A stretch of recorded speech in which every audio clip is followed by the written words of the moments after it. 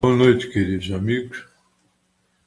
Eu estou fazendo um teste novo do sistema. Eu perdi, como eu disse, e repito pela segunda ou terceira vez, todas as minhas informações e estou, mais uma vez, colocando para que eu possa gravar, as informações que eu tenho que gravar. Acontece que, para isso, eu precisei fazer um teste muito importante, que era exatamente o de gravar com essa informação. Eu acredito que todos estão me ouvindo agora. Só que a minha colocação aqui, ela está difícil. Mas se vocês me derem um pouco de paciência, eu chego lá.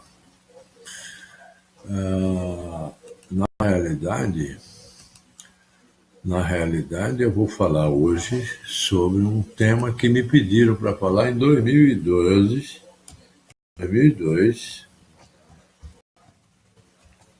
e esse foi uma palestra que eu fiz na Federação Espírita Brasileira.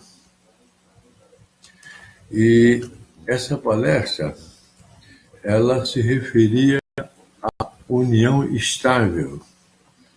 E a união estável é uma coisa muito séria, muito grave.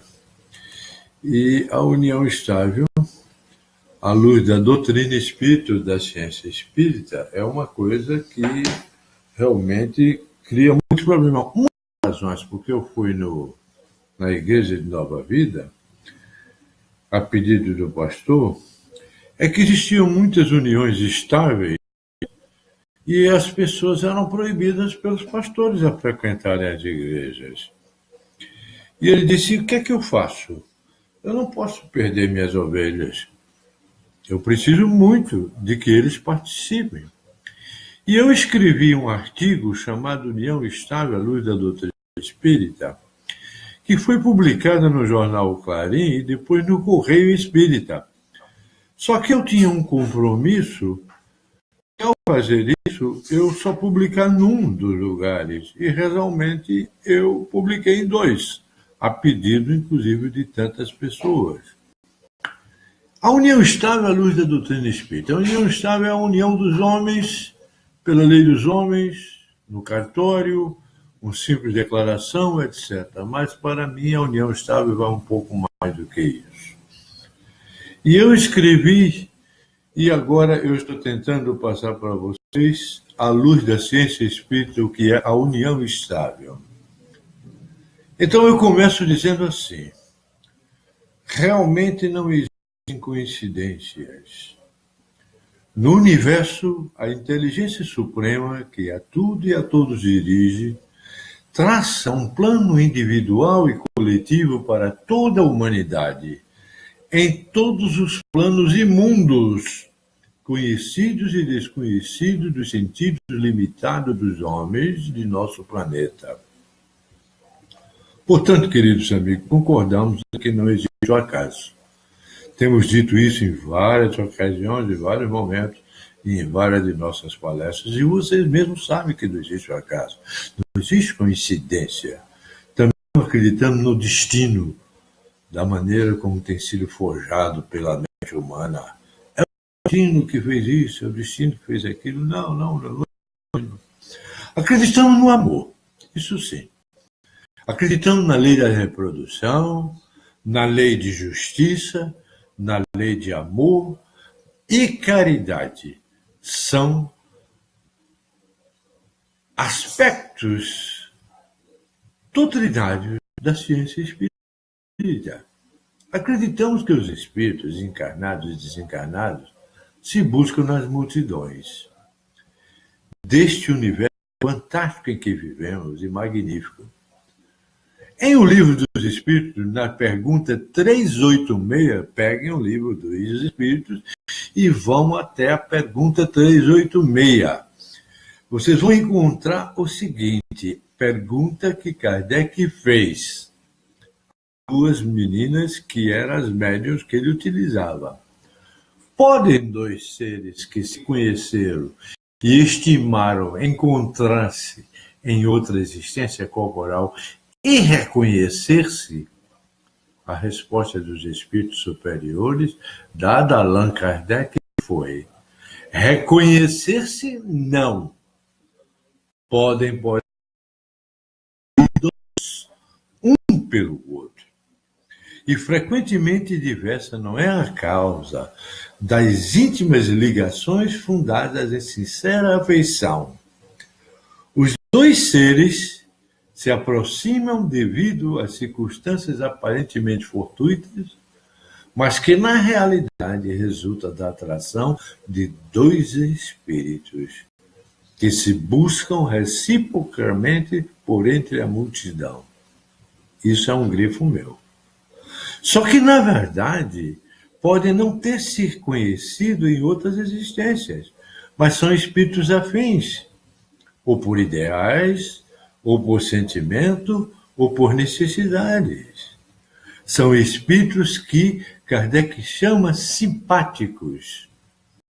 Não podemos esquecer que isso não quer dizer estarem no caminho do bem.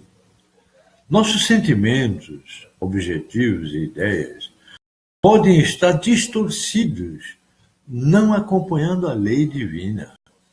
Como também podemos dizer, somos antipáticos daquele grupo. Mas isso acontece porque nossas ideias se contrapõem às deles, por já conhecermos e recordarmos a lei de Deus que está gravada em nossa consciência. Onde está gravada a lei de Deus? Em nossa consciência. Também acreditamos que dois espíritos possam encarnar para um dia se encontrar e muitos se amar. Existem, conforme citado por Saulo de Tarso, do CPAC, as reuniões provacionais e sacrificiais. As uniões são provacionais, sacrificiais, afins e transcendentais. Eu vou tratar de cada uma delas aqui. A maioria das uniões são provacionais, onde duas almas se encontram em processo de realização. Aí as desarmonias, as desconfianças, os conflitos, mas não só entre mãe e pai, ou companheiro e companheira, entre filhos, irmãos, tios, sobrinhos, amigos. São relações provacionais que existem e que geram desconfianças e conflitos sempre na vida de cada um de nós. Mas também entendemos que no casamento ou na união, que é o casamento, é a união de almas, os outros são relações de amizade, ajuda mútua ou mesmo ajuste de contas. A união sacrificial, eu já falei da união afim, vou falar da união.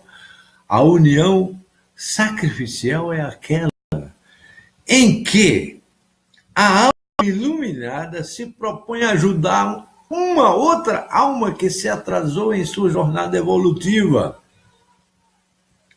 A união afim é aquela que reúne almas esclarecidas, em que muitos se amam. As pessoas sentem como se já tivessem se encontrado antes. E o amor é profundo. A paz e a harmonia é muito grande. Existe um outro tipo de união,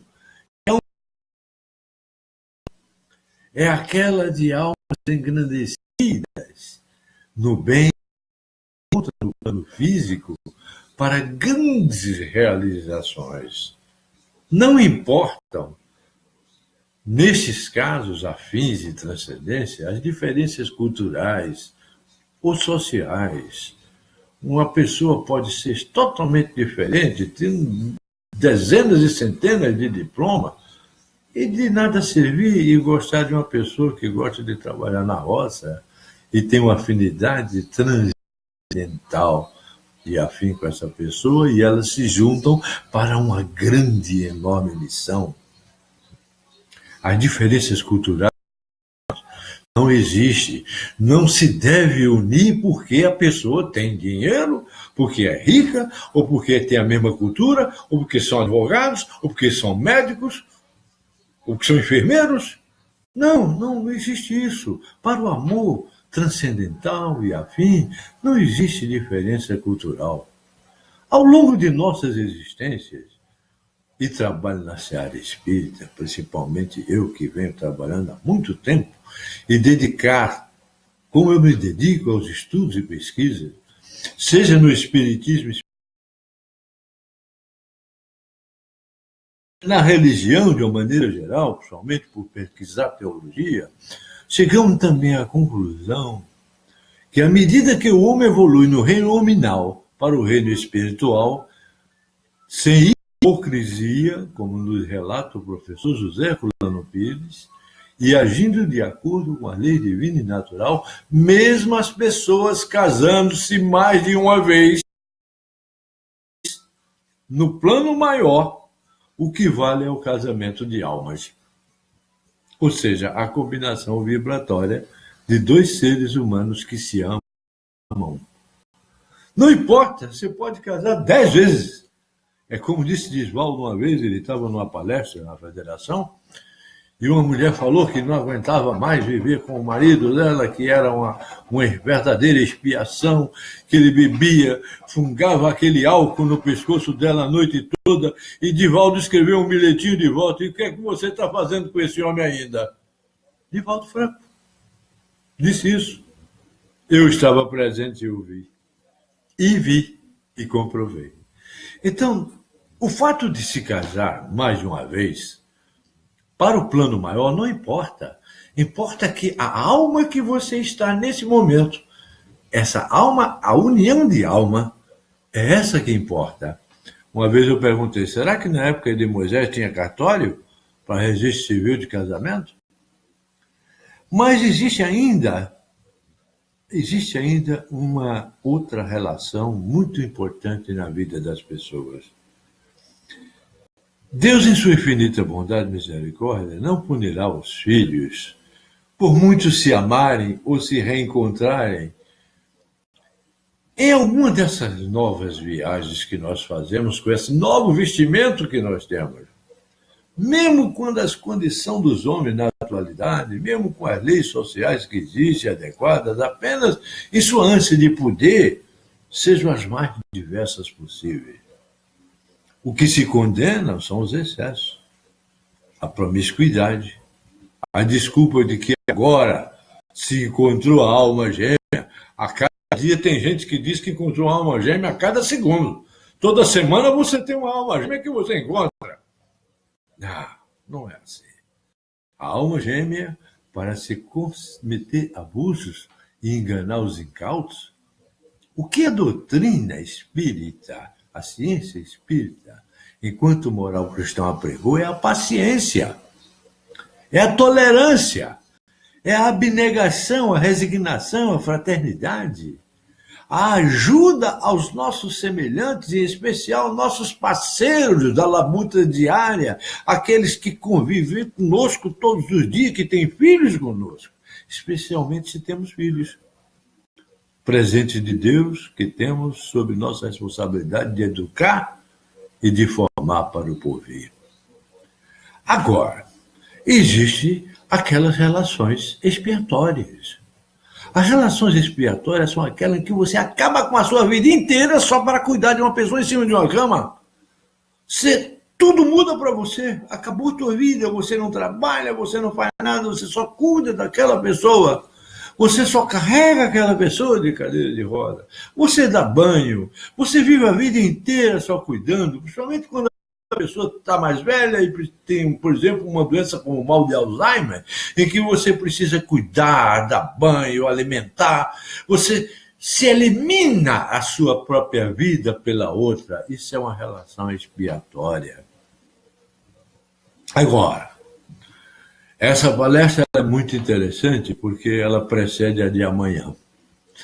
E ela tem uma importância ímpar, porque ela fala sobre a união estável que a legislação estabelece e a união estável que eu estou falando aqui, que é aquela de Deus, aquela que provém da união de almas.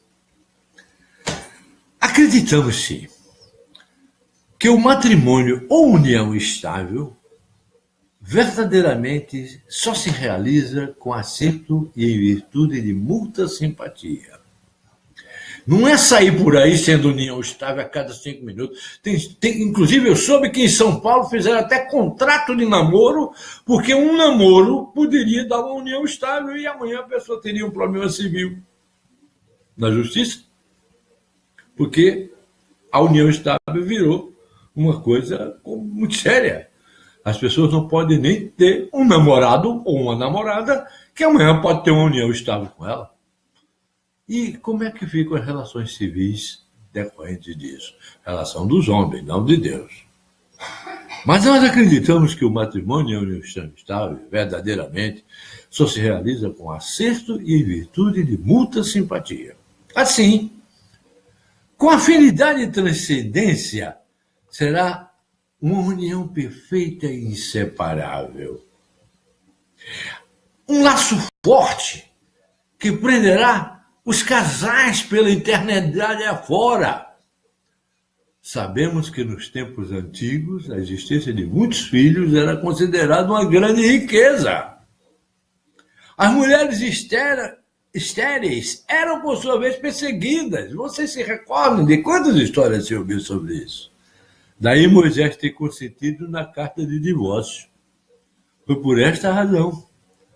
O homem Jesus, objetivando coibir esse abuso, procurou remediar e disse: olha o que Jesus disse. Eu, porém, vos digo que aquele que repudiar sua mulher, a não ser por motivo de adultério, e casar com outra, comete adultério. Assim como aquele que casar com uma mulher repudiada também comete adultério. Por quê? Porque ele disse: eu não vim reformar a lei. Ele apenas estava ratificando a lei de Moisés e foi modificando aos poucos. Foi dando tranquilidade às pessoas, porque o Deus não é um Deus bélico de repudio, é um Deus de amor. Ora, para Deus nada vale os corpos, gente. Gente, por favor, para Deus nada vale esses corpos que nós vivemos, essas vestes carnais que nós temos. Só os espíritos valem. Entendemos, então, que a união do homem e da mulher será, então, ao mesmo tempo, a união de dois corpos para a reprodução, todavia determinada por poderosa e irresistível simpatia, mas uma aliança que se afetiva para sustentação e apoio mútuo no desempenho dos encargos da existência, dos sofrimentos e dos infortúnios. Na inteligência de Farid Mutran, de uma das federações de Porto Alegre, ele diz que nós temos que concluir que o matrimônio e a união estável de dois seres que se amam, realizados com amor sublime, puro e verdadeiro, com base em grandes famílias espirituais, das quais fazemos parte, será a união indissolúvel de dois espíritos em cumprimento às palavras do Divino Mestre. O que foi que o Divino Mestre diz? Já não são dois, mas uma só carne. Não separe o homem o que Deus uniu. E Deus não une homens, Deus une almas, Deus une espíritos. Nesse momento eu diria para vocês que Deus abençoe, e é isso que eu peço em nome de Jesus, que Deus abençoe todas as uniões realizadas com a pureza da alma, com simpatia plena, sem provocadores de sofrimento, gente.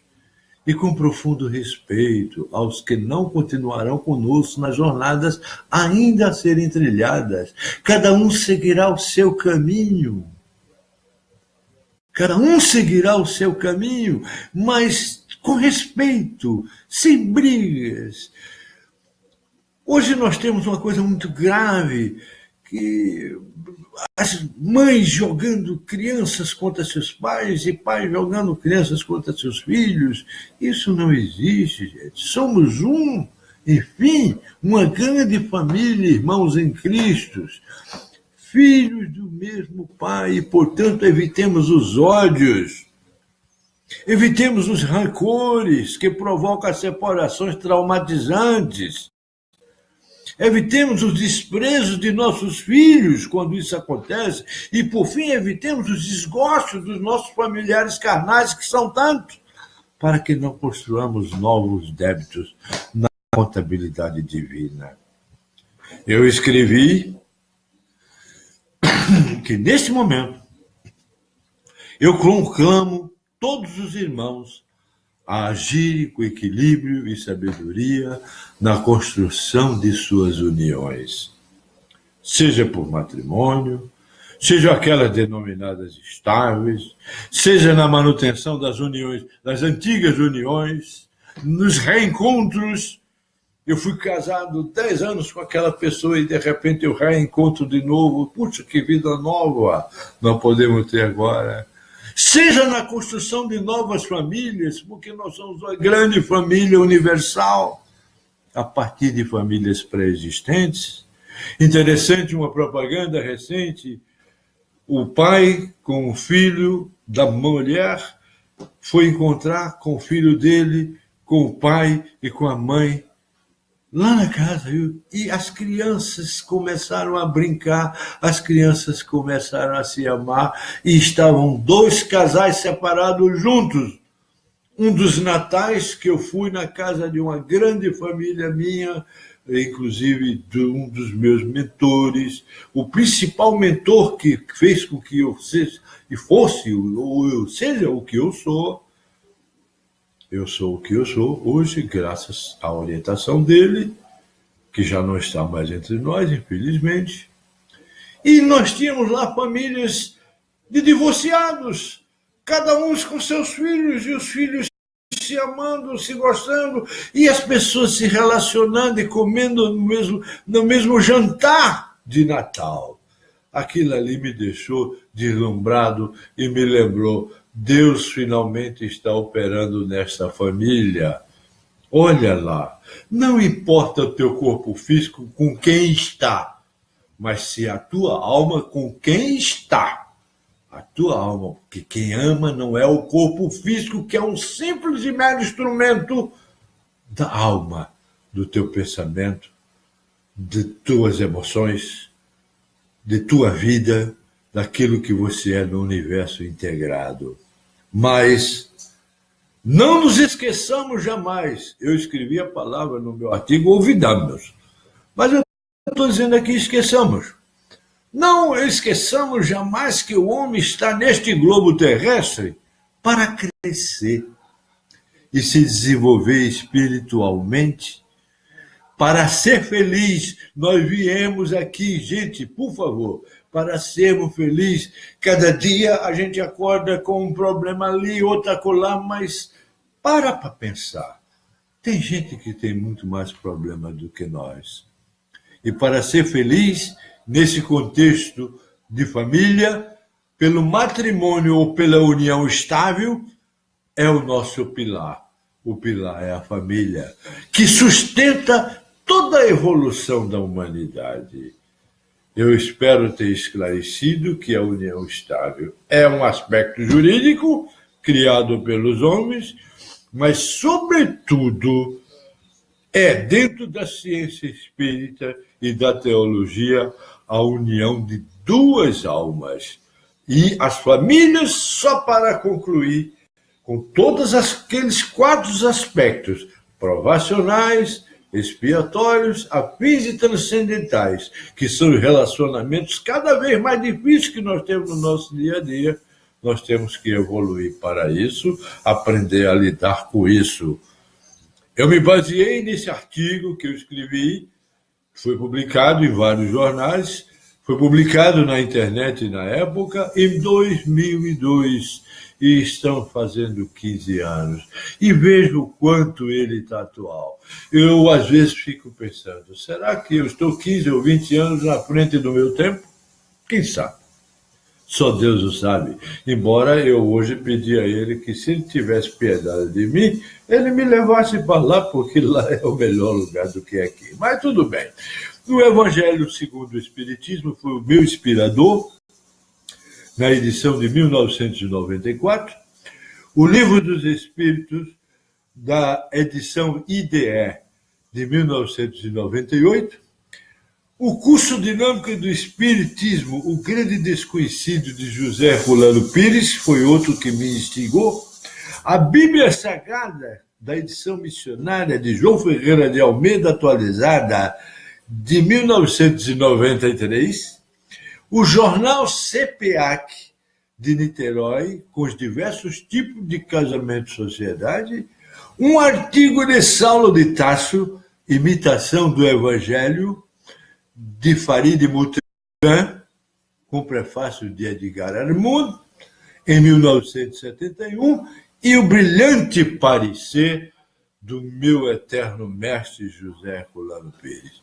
Esse artigo foi escrito em 2 de abril de 2003 e publicado no Portal do Espírito em 2004.